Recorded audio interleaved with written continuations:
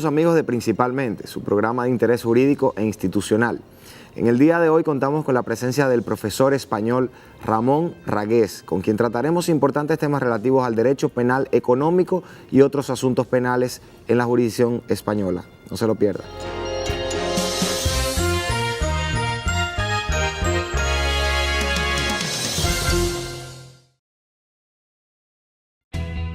Desde el 1989, Seaboard se convierte en la primera generadora privada de energía de República Dominicana.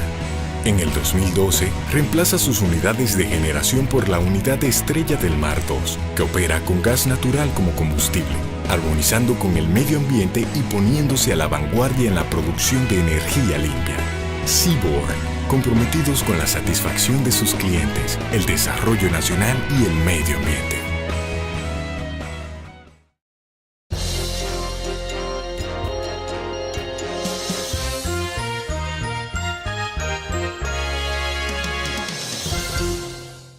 Saludos amigos de Principalmente. Hoy Principalmente cuenta con un invitado de lujo, un invitado internacional. Se trata del profesor Ramón Ragués. Es profesor de una de las universidades más prestigiosas de España, específicamente ubicada en Barcelona, la Universidad de Pompeu Fabras. El profesor Ramón Ragués, además, es un especialista en Derecho Penal Económico y tiene también varias obras interesantísimas que ha publicado en su país, en España. La verdad, profesor, que para nosotros es un verdadero honor contar con su presencia y haber usted tenido la generosidad de interrumpir sus vacaciones. Sabemos que usted vino al país a vacacionar con su gran amigo y nuestro gran amigo, el doctor Miguel Valerio, el profesor Valerio, y gracias, profesor, por acceder a esta invitación y que los amigos televidentes Principalmente tengan la oportunidad de escuchar a un maestro del derecho penal español aquí en nuestro país. Profesor, el derecho penal económico en los últimos años ha venido incidiendo y tomando una principalía en el sentido de que los crímenes económicos en esa misma medida también se han ido articulando e incluso transnacionalizando. ¿Cómo siente usted ese resurgir de esa rama del derecho penal, sobre todo en su país, España, y cómo son las manifestaciones más contundentes del mismo? Y desde el punto de vista de la judicialización, ¿cómo han reaccionado el Poder Judicial español frente a estas nuevas modalidades criminales?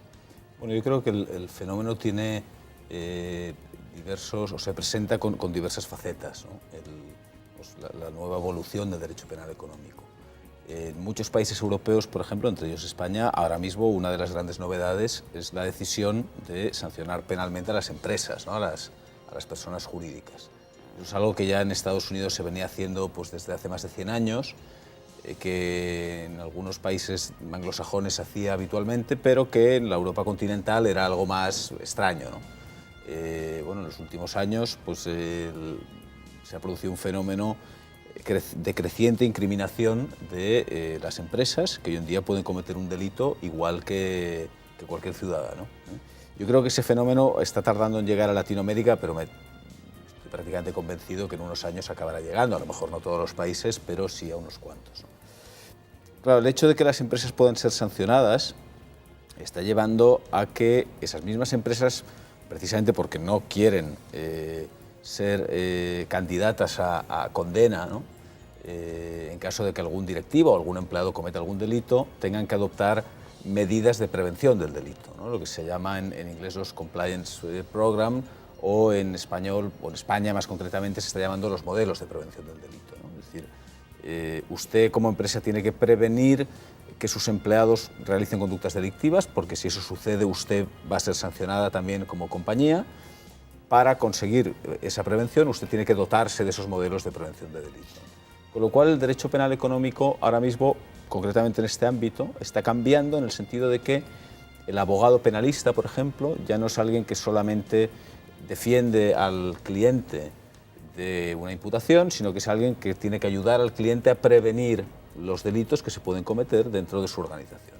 Es una nueva faceta que está obligando, ¿no?, a los propios que nos dedicamos al derecho penal a reconvertirnos, ¿no? No es que hayamos dejado de hacer lo otro, que forma parte del núcleo duro de nuestra actividad, pero sí que, bueno, pues estamos teniendo que aprender a enseñarle a las empresas cómo prevenir el delito, ¿no? Este es un primer ámbito interesante. La verdad es que en España la responsabilidad de la empresa existe desde el año 2010. No ha habido muchas condenas, todavía ha habido alguna ya, pero de momento no muchas, ¿no? Pero sí que ya las empresas empiezan a dotarse de esos modelos de prevención. Un segundo ámbito en el que el derecho penal económico ha cambiado de una manera importante es en la propia regulación de los delitos, ¿no? Como saben, en Europa y en España en particular ha habido una crisis económica muy fuerte en los últimos 10 años, y esa crisis económica de alguna manera se ha manifestado también en el derecho penal en dos reformas del Código, 2010-2015, en las que se han incluido delitos específicamente pensados para luchar contra ciertas actividades de riesgo para el propio buen funcionamiento de los mercados, por ejemplo, ¿no? O para el buen funcionamiento de todo lo que tiene que ver con la realización de las obligaciones, el crédito, etcétera, ¿no? Eso se ha llevado a cabo mediante la creación de nuevas figuras delictivas o simplemente el aumento de las penas de las figuras que ya teníamos, ¿no? Y un tercer ámbito en el que se está manifestando eso es el ámbito procesal. Realmente las condenas por delincuencia económica en los últimos años están siendo condenas muy duras.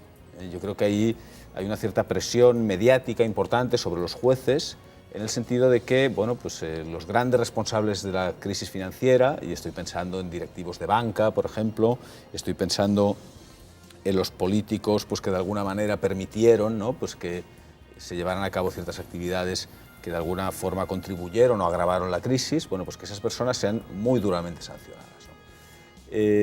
Dado que la expectativa de sanción es importante y cada vez mayor, se está empezando a desarrollar un fenómeno que hasta ahora era algo ignorado en nuestra tierra, pero que ahora mismo pues, está empezando a crecer de una manera importante, yo creo que va a ir a más, que es todo el tema de la negociación en el proceso, ¿no? Es decir, cuando tú sabes que tu cliente, que es un señor pues, que se dedica a banca o un señor empresario, probablemente va a salir condenado con una pena muy grave, que le va a comportar muchos años de prisión, bueno, pues eso genera un sistema de incentivos para llegar a algún tipo de negociación con el Ministerio Público, para conseguir una rebaja, pues que a lo mejor no va a salvarle de la prisión, pero que le va a reducir mucho la pena. Se entra en todo el tema, obviamente, de las delaciones y de las delaciones premiadas, ¿no? Si usted es el que me ayuda a condenar a quien a mí realmente me interesa, yo le voy a bajar a usted la pena mucho más, ¿no? Entonces, yo creo que en general lo que se está produciendo en España y en otros países europeos es una cierta, digámoslo así, americanización de nuestro derecho penal, ¿no? Es decir, cada vez ciertos aspectos de nuestro derecho penal se parecen más al de Estados Unidos, ¿no? Yo creo que la negociación en el proceso, la responsabilidad de la empresa son dos ámbitos muy evidentes. Sí. Profesor, usted ha señalado algunos aspectos que son, digamos, muy actuales. Ese que usted señalaba del compliance o programas de cumplimiento, ¿no? Que son maneras de, digamos, de que la empresa evite la sanción penal, pero para ello tiene que acreditar que ha cumplido con algunos estándares de prevención. ¿Qué tan, digamos, hay empresas pequeñas, hay empresas medianas, hay empresas muy grandes? Esos programas de cumplimiento, ¿es tan fácil llevarlo a una empresa pequeñita como a una más grande? ¿O estoy tratando de ver, trasladar las mismas reflexiones que se hacen en el derecho penal tradicional, en donde se le acusa al derecho penal, creo yo que con muchísima razón, de ser selectivo, de ser clasista? ¿Se da algo parecido en este ámbito? Entiendo muy bien la pregunta y yo me la hago muchos días, porque toda esta cuestión de los modelos de prevención de delito, de entrada tiene razón de ser en empresas que realmente tienen una pretensión ya desde un inicio de que no se cometan delitos en la empresa, ¿no? Es decir, una empresa que se crea con un objeto real, que lo que quiere obviamente pues, es ganar dinero, dar dividendos a sus accionistas, pero que no se crea con una finalidad delictiva. Sin embargo, seguramente por una mala regulación, por ejemplo, nos estamos encontrando que en la práctica se está castigando como personas jurídicas a sociedades que se crearon muy pequeñas, puramente instrumentales, que se crearon con la única finalidad de cometer delitos, ¿no? Entonces, claro, pretender que una compañía como esta tenga un modelo de prevención de delitos es una contradictio in terminis, es decir, si esa empresa pequeña se creó puramente para delinquir, ¿cómo va a tener un modelo de prevención, ¿no? Por tanto, yo creo que la empresa creada para delinquir directamente debería, sin más, no de ser declarada responsable, debería ser disuelta porque eso es un puro instrumento para cometer delitos y ya está. Y no tiene que haber una expectativa de que haya modelos de prevención. El tema es la pequeña empresa real, ¿no? Donde realmente hay un señor que tiene una sociedad limitada, por ejemplo, pues muy pequeñita, con 3 o 4 empleados. Bueno, ahí realmente muchas de las medidas que forman parte de los modelos de prevención del delito no tienen especial sentido en estas empresas tan pequeñas. Por ejemplo, una cosa que se suele recomendar a las empresas que se dotan de modelos de prevención es decir, oiga, usted tiene que tener un canal de denuncias, por ejemplo, ¿no? Eso probablemente lo hayan visto a través de las páginas web de entidades bancarias o de grandes empresas, ¿no? Es decir, que cualquier empleado, cualquier consumidor, cualquier cliente puede decir, oiga, mire, yo me he enterado que un empleado suyo cometió un delito y yo le denuncio a través de este canal, ¿no? Claro, eso en pequeñas empresas, eso de los canales de denuncia, pues parece que tiene menos sentido, ¿no? Porque al final el empleado o los 4 o 5 empleados trabajan juntos y su jefe, ¿no? Pues está en la mesa de al lado, ¿no? Entonces decir que hay que crear un canal de denuncias anónimas, ¿no? Eso es como bastante absurdo, ¿no? Pero bueno, yo creo que algunas medidas pues sí que se pueden adoptar, ¿no? Por ejemplo, pues establecer una cierta detección de dónde están los focos de peligro, bueno, intentar adoptar algunas medidas, aunque sean muy moderadas, pues para, de alguna manera, tener esos focos de peligro bajo control. Bueno, de todos modos, también le digo una cosa, es decir, mi experiencia es que la responsabilidad penal de las personas jurídicas en la práctica funciona bien contra grandes empresas que tienen grandes posibilidades patrimoniales, que si hay una sanción económica pues van a sufrirla duramente. En cambio, mi experiencia es que tiene poco sentido exigir esa responsabilidad contra pequeñas empresas, porque esa pequeña empresa, aun siendo una empresa real, pues si es víctima de un procedimiento penal, pues seguramente cuando se llegue al juicio, se llegue a la condena muchos años después, pues esa empresa va a estar disuelta, va a estar ya liquidada y su propia presencia en el procedimiento judicial va a ser más un estorbo para el avance del procedimiento que no una ventaja o no va a conllevar ninguna expectativa de que haya una sanción real, ¿no? Porque aunque impongamos una multa millonaria, al final esa compañía liquidada, cuyo patrimonio en realidad viene a coincidir con el de sus socios o administradores, pues no tiene mucho sentido, ¿no? Con lo cual yo realmente aconsejaría a aquellos países que se plantearan introducir la responsabilidad de persona jurídica, limitarla por lo menos a la mediana gran empresa, pero dejaría fuera a la pequeña empresa. Creo que no tiene sentido hoy. Profesor Ragués, si hablamos de derecho penal económico, estamos hablando de una rama jurídica prácticamente nueva en comparación con las tradicionales. Y incluso estamos hablando de que las tradiciones jurídicas del derecho continental europeo vienen a incorporar algunos aspectos del derecho estadounidense. Entonces, en ese sentido me gustaría preguntarle, ¿cuáles son puntualmente los bienes jurídicos protegidos por el derecho penal económico que lo pueda distinguir del derecho penal tradicionalmente conocido? Bueno, el derecho penal económico fundamentalmente lo que protege es el patrimonio, ¿eh? Es decir, al final lo que hay detrás de las conductas que solemos calificar como delitos socioeconómicos tiene que ver con el bolsillo de las personas, ¿no? Es decir, cuando hay un gran fraude, pues al final se acaba resintiendo el patrimonio pues, de alguna persona o de miles de personas, ¿no? Si el fraude es muy masivo. Ahí lo que sucede muchas veces es que lo que hacen los legisladores es, por cuestiones que tienen que ver con la propia capacidad de gestión del procedimiento, es no esperar a veces a constatar que se ha producido el perjuicio patrimonial, sino que se han introducido también mucho en los últimos años delitos de peligro, es decir, conductas que se dice, bueno, por más que usted no haya lesionado el patrimonio de nadie, el simple hecho de que usted haga esto, pues ya es una conducta que se puede considerar fraudulenta, que se puede considerar que es riesgosa para el patrimonio de otros intervinientes en el mercado y le vamos a sancionar. El ejemplo más claro, por ejemplo, es la falsedad de las cuentas, ¿no? La falsedad en los balances de la empresa.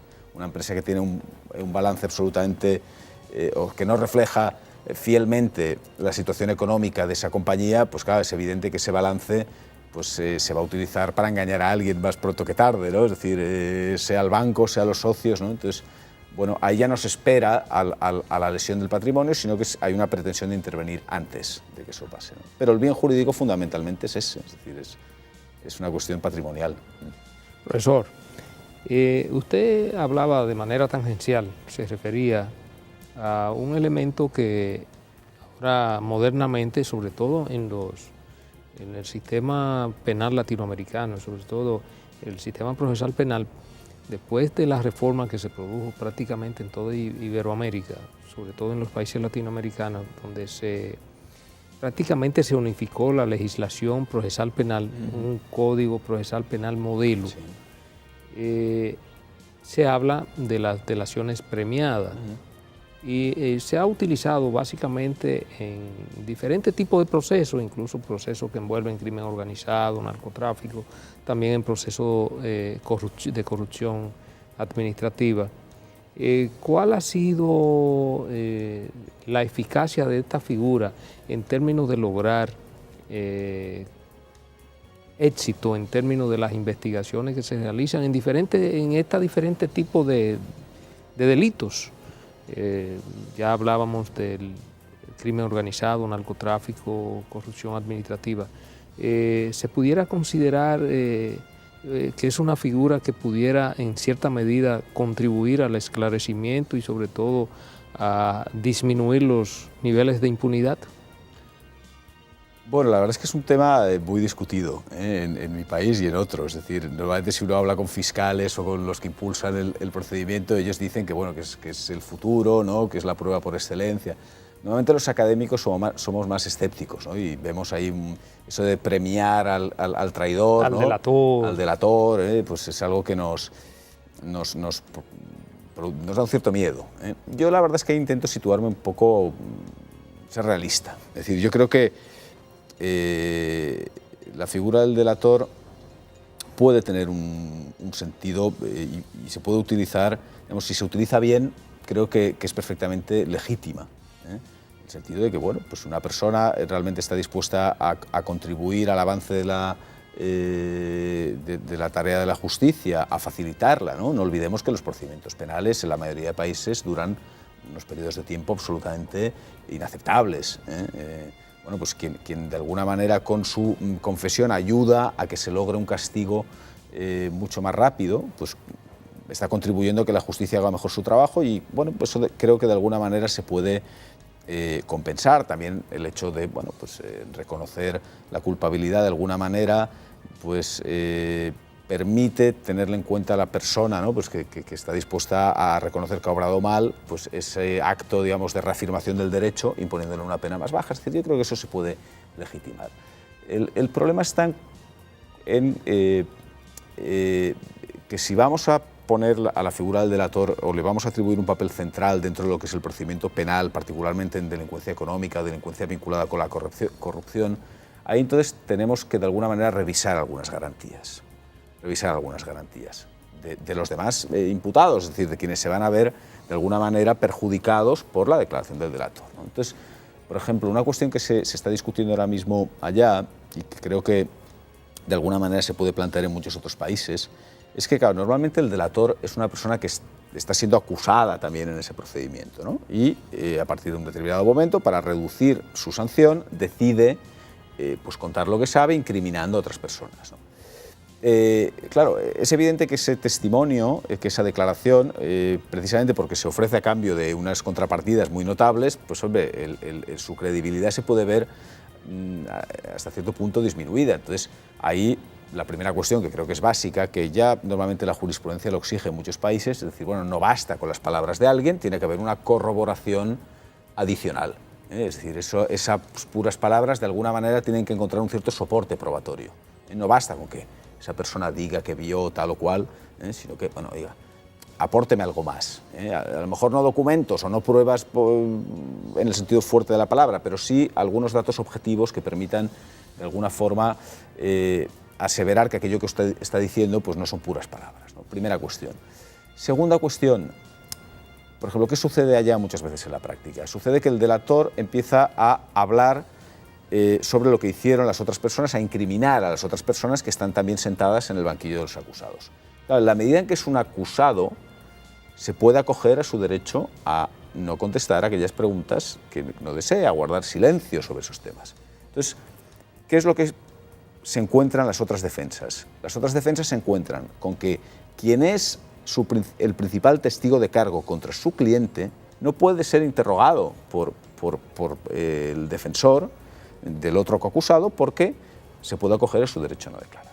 Entonces, yo creo que ahí el derecho procesal tiene que ser lo bastante hábil como para darse cuenta de que ahí estamos ante una figura que no es exactamente ni la del testigo ni del acusado, que es una especie de figura intermedia y que de alguna manera algunas de las garantías que reconocemos a la defensa respecto del testigo deberían extenderse también hacia el delator. Es decir, si un señor, por más que sea un coacusado, empieza a contar cosas que van a mandar a mi cliente a prisión muchos años, yo tengo que poder interrogar a ese señor. Es decir, ese señor no debe poder acogerse a su derecho a no declarar, porque entonces se me está negando la garantía de contradicción y en el fondo se me está impidiendo contrastar con mis preguntas la principal prueba de cargo contra mi cliente. Entonces, bueno, yo creo que ahí el derecho procesal, si esa figura está aquí para quedarse, que creo que es así, que esa figura se va a quedar, pues tenemos que pensar maneras de adaptarla a nuestras garantías. Correcto. Hay otra modalidad de solución base acuerdo, ¿no? Que no necesariamente es una delación premiada, sino en el que puede haber uno o varias personas que lo que reconocen es la comisión del delito. Son los llamados acuerdos abreviados o plea bargaining, dicen los norteamericanos. En esos casos, bueno, frente a un juicio, un eventual juicio y una posible sanción muy fuerte, se llega a la conclusión de que es mejor asumir desde ya la comisión del hecho a cambio de una pena menor, por ejemplo.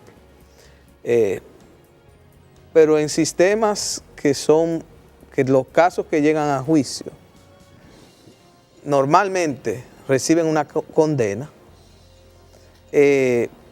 también parece desde una perspectiva pragmática conveniente en muchos casos olvidarse de si yo soy o no culpable, de si aquí se verifica la conducta típica y asumir mejor una solución para el ahora en vez de enfrentar el riesgo de una condena muy fuerte, en un contexto también donde las penas cada vez van aumentándose. Por eso algunos autores dicen que el nuevo nombre de la tortura es el acuerdo abreviado, ¿no? Estados Unidos, que se toma como ejemplo, la mayoría de los estados, alrededor del 96% de las soluciones son a través de un abreviado. Entonces los propios operadores se han acomodado, digamos, a la idea de que el que llega a juicio tiene que ser muy malo, porque no era candidato a una suspensión, a una suspensión condicional del procedimiento, probation, como ellos le llaman, o tampoco un abreviado. Entonces suelen ser jueces draconianos. El que llega a juicio va a ser posiblemente duramente castigado. Ese tema también supongo que es de reflexión a propósito. También.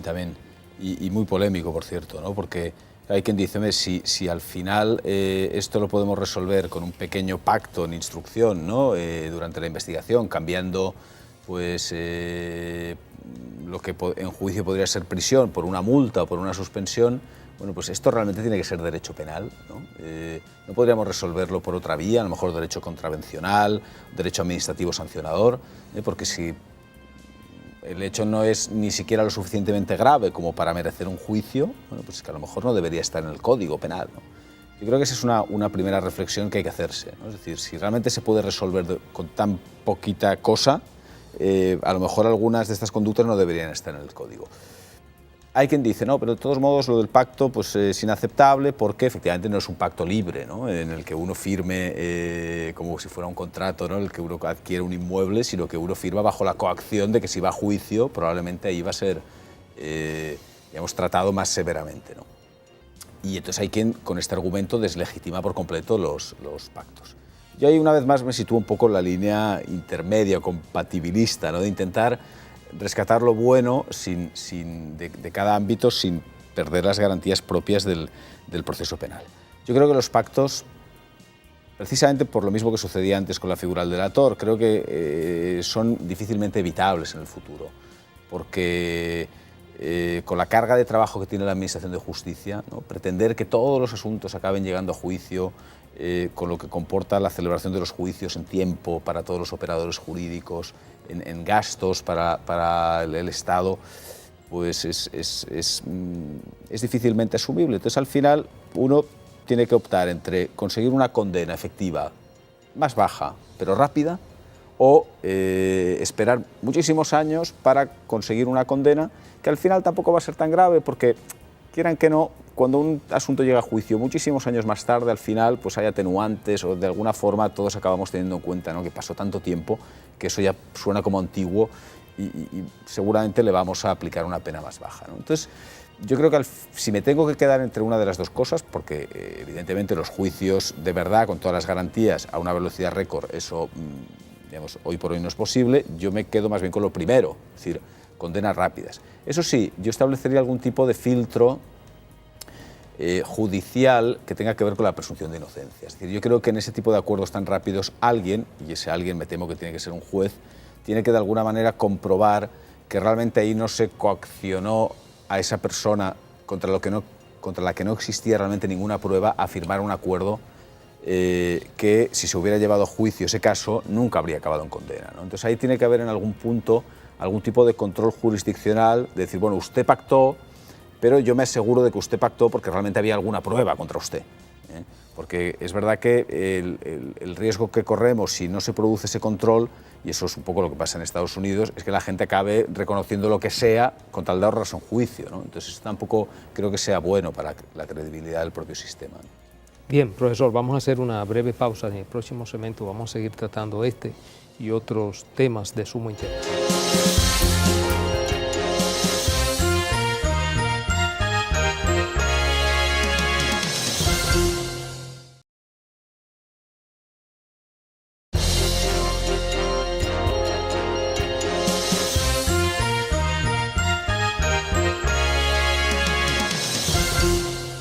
Seguimos, amigos, principalmente hoy con la gratísima presencia del profesor Ramón Ragés. Profesor, la verdad que el tiempo nos va pasando rápido, sobre todo por la maestría con que usted maneja estos tipos de temas. Hay un tema y una figura un tanto interesante que nosotros quisiéramos que usted se refiriera a ella, que tiene que ver con la ignorancia premeditada. Aquí esa figura prácticamente es inexistente, no se hace uso. Sí hemos escuchado últimamente hablar, no en República Dominicana, sino en el caso específico de Brasil, se ha hablado de la corrupción pasiva. O sea, un funcionario, jefe de, parece que tiene en principio la vigilancia de otro funcionario y que ese otro funcionario ha cometido algún tipo de acto de corrupción, no la ha cometido el funcionario que vendría a ser el supervisor, pero que porque aquel la cometió, entonces a él se le acusa de corrupción pasiva. ¿Tendría algún tipo de similitud la ignorancia premeditada con este tipo de figura que yo veo que nosotros vemos que se está implementando en el Brasil? Tiene una relación. De hecho, en Brasil me consta que ya están aplicando la doctrina de ignorancia deliberada precisamente en el famoso caso de Brecht aplicado y en otros casos. Claro, la doctrina, de alguna manera, trata de superar uno de los problemas que plantea la distinción que tenemos en nuestros sistemas entre dos formas de imputación subjetiva que son el dolo y la culpa, ¿no? Bueno, el que sabe lo que está haciendo actúa dolosamente, además algunos dicen ha de tener la intención de hacerlo, ¿no? Y sin embargo, si no sabe lo que está haciendo o se encuentra en una situación de error, ahí estamos en casos de culpa. ¿Qué es lo que sucede en casos de corrupción, ¿no? En ejemplos como el que planteaba usted a menudo? Sucede que hay personas que, bueno, tal vez no saben con exactitud lo que están haciendo, pero no lo saben porque ese no saber, ese desconocimiento, de alguna forma obedece a un cierto desinterés o una cierta voluntad por no saber. Les voy a poner un ejemplo porque creo que ayudará también un poco a los espectadores a entender a qué tipo de situaciones nos referimos, ¿no? Y es el caso, bueno, de una persona súper conocida, que es el futbolista Lionel Messi, que fue condenado en España por delito fiscal precisamente en aplicación de la doctrina de la ignorancia deliberada. Messi, como en fin, pueden imaginar, pues un señor que gana mucho dinero, tiene unos ingresos muy importantes, entonces él delegó todo lo que tiene que ver con sus obligaciones fiscales, tributarias, en su padre, y su padre a su vez delegó esta cuestión en unos asesores que eran quienes, bueno, pues se ocupaban de gestionarle todo lo que tiene que ver con el cumplimiento de esas obligaciones. Y él se dedicaba pues al deporte, a sus anuncios, a su familia, pero bueno, pues no estaba en el día a día, ¿no?, de la cuestión fiscal. Bueno, lo cierto es que sus asesores llevaron a cabo una serie de operaciones en las que el jugador intervino, pero intervino meramente a título de firmar pues los correspondientes contratos, y esos contratos, esas operaciones, fueron consideradas delictivas por las autoridades españolas y el jugador fue procesado.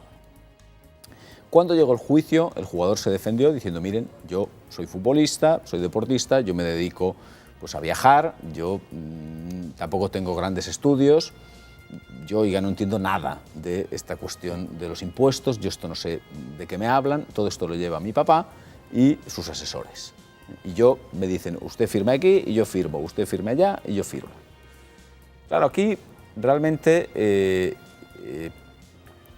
el juez podía haber dicho, y de hecho el fiscal estaba dispuesto a aceptarlo, que el jugador no actuó con dolo, es decir, que fue un caso de culpa, es decir, el jugador confió en una serie de personas que le asesoraron mal y le llevaron a una defraudación tributaria, pero no dolosa, porque él cuando firmaba confiaba en que estas personas lo estaban haciendo bien.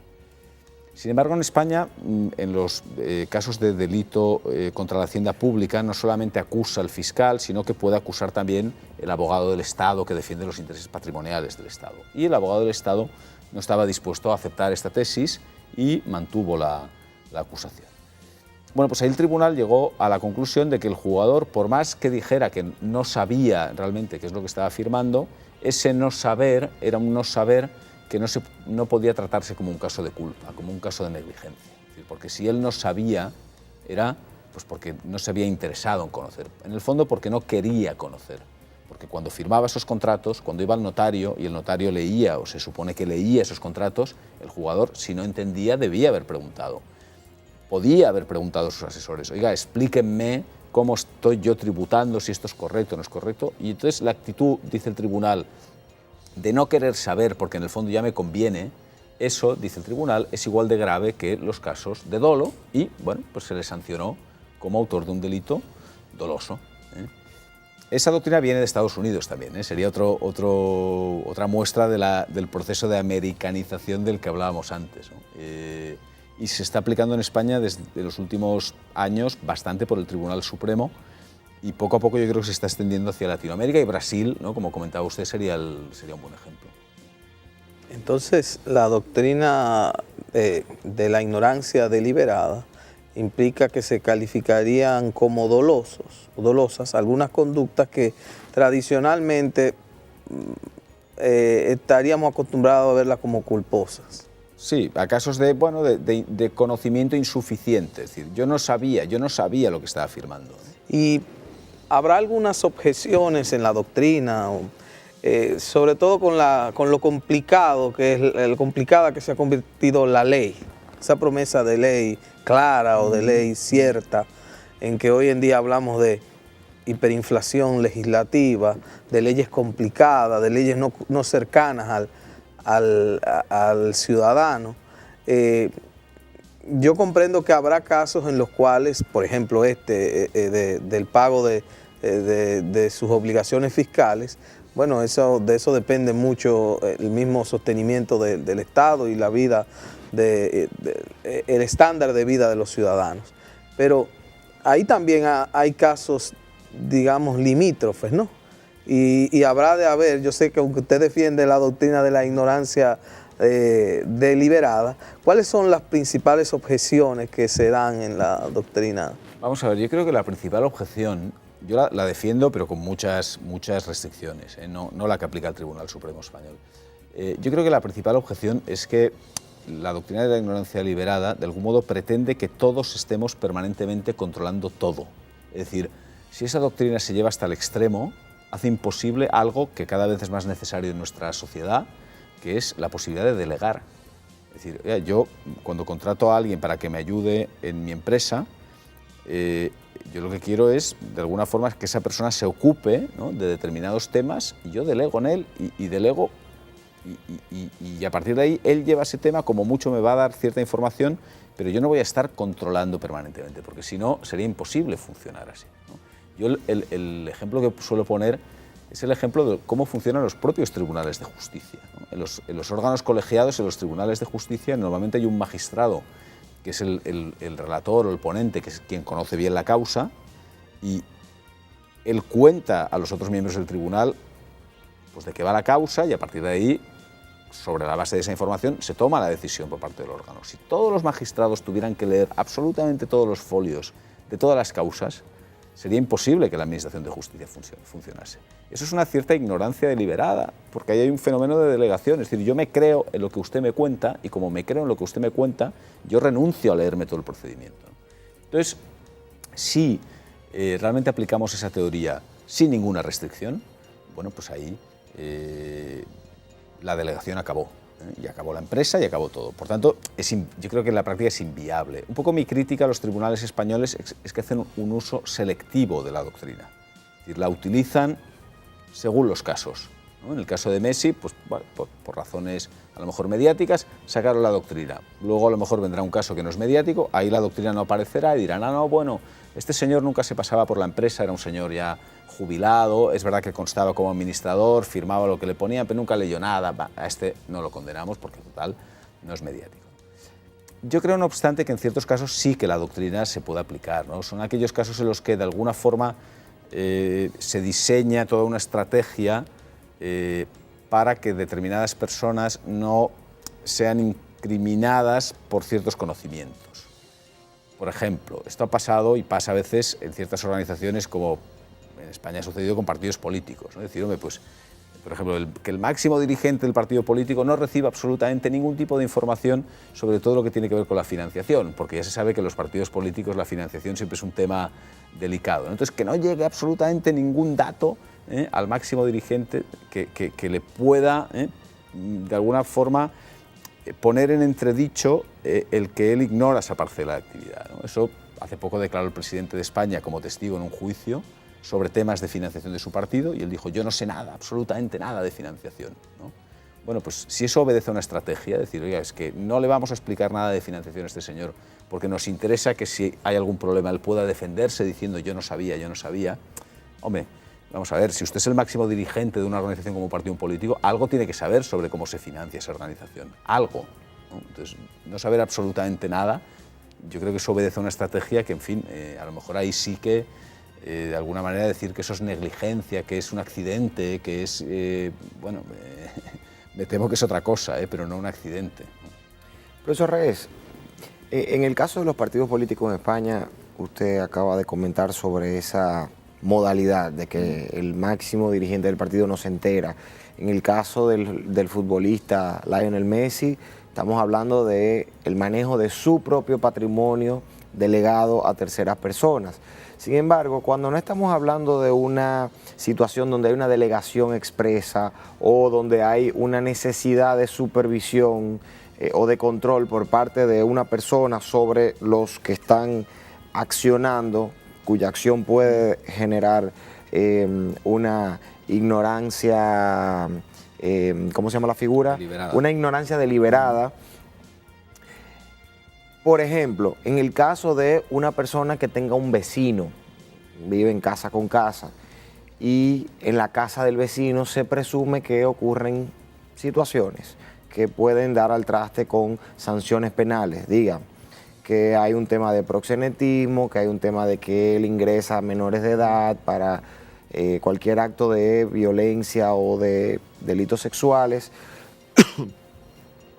Están las personas que no tienen esa obligatoria o esa necesaria supervisión sobre el tercero o sobre la otra persona, ¿están también comprometidas con esta figura o se encuentran totalmente exentas? O sea, a lo que me refiero es que si la figura de la ignorancia deliberada va necesariamente con el candado de la supervisión que implicaría quien está siendo objeto del juicio con relación a la tercera persona. No, ahí la doctrina lo que establece es que solamente responde por ignorancia deliberada quien tiene el deber de conocer. Es decir, el que simplemente decide no investigar qué es lo que hace un vecino o un ciudadano por la calle, pero al que no tiene que controlar en ningún sentido, pues ahí no se aplica la doctrina. Los ejemplos que hemos puesto son casos en los que el deber existe. Yo puedo delegar la gestión de mis impuestos a otras personas, pero el obligado soy yo. ¿Se ha referido el Tribunal Constitucional Español sobre este punto? No, constitucional no. Y no creo que se llegue a referir, porque es un tema de interpretación de la ley que normalmente el Tribunal Constitucional no entra en estas cuestiones. Profesor, nosotros, cuando tuve el placer de conocerlo, hablamos de manera informal sobre un tema muy interesante y que aquí, sobre todo en el país, ha sido objeto de debate, que tiene que ver con la querella popular. El querellante popular, que está claramente, taxativamente contenido en nuestro Código Procesal Penal, ya ha venido tomando cierto auge, sobre todo en aquellos tipos de delitos, fundamentalmente corrupción y a veces delitos ambientales. Sin embargo, en nuestro país, a diferencia de su país en España, se hace sin ningún tipo de limitación. En España, por ejemplo, para instrumentar una querella frente a alguien, sea un funcionario o una persona jurídica o una persona privada, el querellante, en este caso el querellante popular, debe depositar una fianza. Es decir, se ponen ciertas barreras, ciertos límites. ¿Cómo se ha ido franqueando eso en España?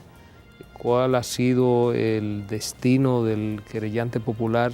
¿Se ha popularizado esta acción en España, que incluso está contenida en la propia Constitución española? ¿O se han puesto filtros para limitar muchas veces una acción que puede tener contenidos personales, puede también influir en la judicialización de la política, como en el caso nuestro? ¿Cuáles son los mecanismos más eficaces que se han utilizado para moldear este tipo de acción? La verdad es que es una figura que ahora mismo atraviesa por una grave crisis en España. Es verdad que está en la Constitución, no es fácil suprimirla. Yo creo que nace por una gran desconfianza hacia el Ministerio Público. Es decir, en el año 78, cuando se aprueba la Constitución española, los fiscales pues eran los que venían del régimen franquista, iban a continuar, y entonces se creó la figura como una manera de permitir que ciudadanos, asociaciones ajenas al Poder Judicial pudieran impulsar ciertas acusaciones ante el temor de que a lo mejor no lo hicieran los fiscales, ¿no? Pero realmente la experiencia ha sido negativa, o por lo menos mi valoración es muy negativa. ¿Por qué? Bueno, pues porque en muchos casos se ha instrumentalizado de manera abiertamente política. Es decir, asuntos que por alguna razón devienen mediáticos, pues los partidos políticos o las administraciones controladas por ciertos partidos políticos utilizan esa figura como una manera de darse publicidad.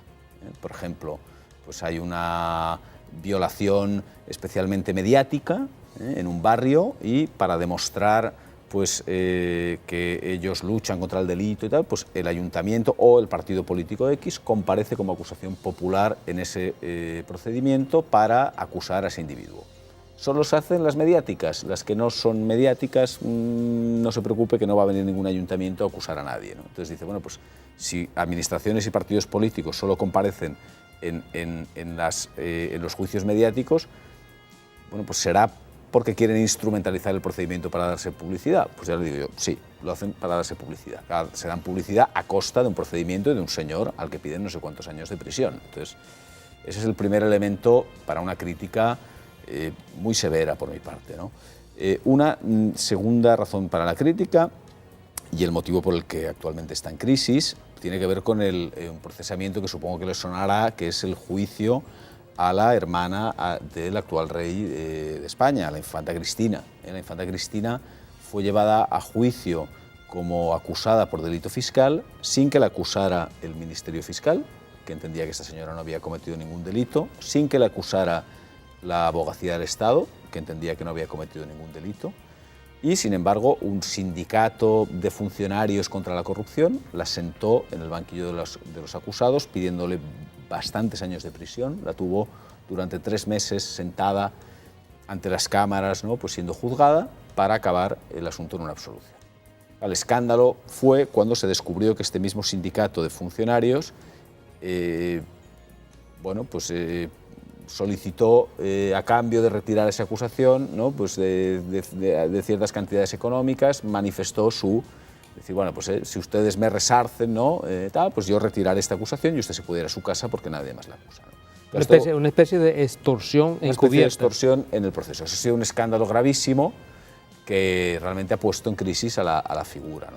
Yo creo que la figura puede tener un cierto sentido en el caso de colectivos, por así decirlo, con una acreditada trayectoria en la defensa de ciertos intereses, ¿no? A mí que una asociación ecologista, por ejemplo, en delitos contra el medio ambiente, comparezca como acusación, ¿no? Si es una asociación pues, que lleva años pues, trabajando en este ámbito y realmente pueda, de alguna manera, justificar que existe un interés en sostener esa acusación, bueno, pues puedo más o menos entender que está ahí, pero organismos, o más que organismos, asociaciones que no se sabe de dónde provienen, partidos políticos, administraciones. Yo creo que el hecho de que estén acusando no tiene absolutamente ningún sentido, ¿no? Y bueno, ya que está la Constitución y no es fácil suprimirla, yo sí que la eliminaría, la reduciría muchísimo y las fianzas a las que usted ha aludido, pues simplemente las elevaría, ¿no? Porque aunque es verdad que esas fianzas son muy bajas en la práctica, es decir, son fianzas de pocos miles de euros que no disuaden a nadie. Realmente, si tiene una expectativa de conseguir gran publicidad o de conseguir dinero por ejercer esa acusación, pues no va a dejar de hacerlo por una fianza de 2.000 euros, ¿no? La participación de otros entes públicos, además del Ministerio Público. Usted ya señalaba en un ejemplo, que además del Ministerio Público estaba, por ejemplo, la abogacía. Algunos dicen que eso es muchos recursos estatales en un mismo caso. ¿Hay alguna valoración sobre ese aspecto? Vamos a hacer un breve corte y en el próximo segmento el profesor Raez le contestará esta inquietud al profesor Ramón Núñez.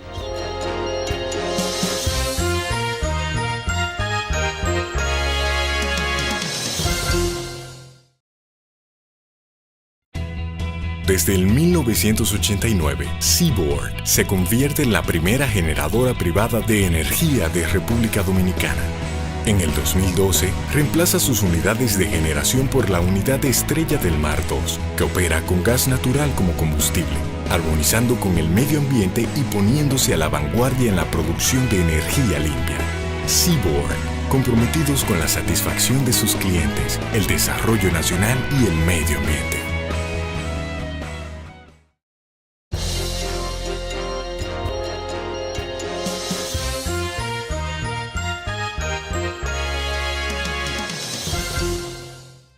Seguimos amigos principalmente hoy con la grata presencia del profesor Ramón Regés. Profesor, quedamos en el segmento anterior con una interrogante del profesor Ramón Núñez. Sí, era básicamente, profesor Regés, en el sentido de la participación de otros entes públicos, aparte del Ministerio Público, en los procesos penales y su valoración sobre eso. En España se ha admitido tradicionalmente, ya estaba en origen en la ley de enjuiciamiento criminal del siglo XIX, la posibilidad de que la víctima acuse también, en lo que se llama la acusación particular. Esa figura es algo distinta a la acusación popular de la que hablábamos antes, ¿no? La acusación popular es que cualquiera pueda acusar. Sin un interés legítimo. Efectivamente, ahí quien interviene es la víctima, ¿no? Seguramente, y si comparamos ese modelo con modelos anglosajones donde eso no se admite en ningún caso, tenga que ver probablemente con una cierta desconfianza también hacia la figura del fiscal, ¿no? Es decir, hombre, este fiscal no me va a defender bien, yo quiero que mi abogado esté ahí impulsando el procedimiento y sabiendo lo que pasa, porque no me acabo de fiar del trabajo de la fiscalía, ¿no? Pero yo creo que cuando es la víctima tiene ciertas ventajas también el hecho de que esté su abogado ahí, ¿no? La posibilidad de impulsar la investigación, el hecho de que la víctima obtenga una información mucho más directa sobre lo que está pasando. Yo creo que eso, así como yo soy muy crítico con la cuestión popular, en el caso de la particular la veo con mejores ojos, porque ahí sí que hay alguien que tiene un interés realmente legítimo, ¿no? Y muchas veces un interés patrimonial que además en aquellos procedimientos que permiten la acumulación de la acción civil y la penal, bueno, pues tiene especial sentido, porque que el fiscal se ocupe de la acción civil pues es algo que podríamos discutir, y en cambio si está ahí la acusación particular, bueno, pues cubre claramente ese flanco, ¿no? Claro, en el caso del delito contra la hacienda pública, por el que me preguntaba específicamente, un poco lo que se dice ahí, la tesis, es bueno, es que en realidad la víctima es la hacienda pública y la hacienda pública de alguna manera se defiende sus intereses con el abogado del Estado que ejerce la acusación particular.